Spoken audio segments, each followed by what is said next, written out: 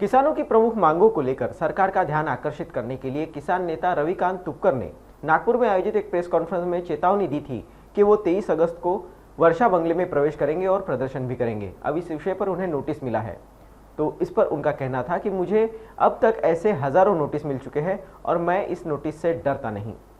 आत्महत्या मुक्त महाराष्ट्र करतो असं म्हणणाऱ्या माननीय एकनाथ शिंदे साहेबांच्या कार्यकाळातच सगळ्यात जास्त शेतकऱ्यांच्या आत्महत्या वाढत चाललेल्या आहेत। दिवसागणिक 10 शेतकरी आत्महत्या करतायत ही अतिशय चिंताजनक बाब आहे। एक तर सोयाबीन कापसाला भाव नाही, 2-3 वर्ष झाले लोकांच्या घरामध्ये अजून सोयाबीन कापूस भाव नाही म्हणून पडून आहे। दुसऱ्या बाजूला 100% जो पीक विमा मिळायला पाहिजे होता मार्च पर्यंत, तो ऑगस्ट पर्यंत सुद्धा 100% विमा अजून मिळालेला नाही।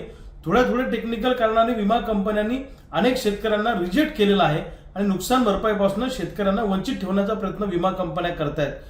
आणि या सगळ्या पार्श्वभूमीवर शेतकरी कर्जबाजारी झालेला आहे। म्हणून आमची मागणी आहे की शेतकऱ्यांना सरसकट एकदा विधानसभेच्या आधी, आचारसंहिता लागायच्या आधी कर्जमुक्त करा।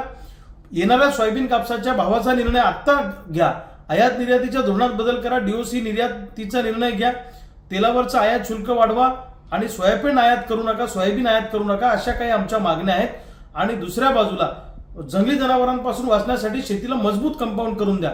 यासह इतर अनेक मागण्या घेऊन आम्ही आंदोलनाची हाक दिलेली आहे आणि 22 तारखेपर्यंत आम्ही सरकारला अल्टिमेटम दिला होता।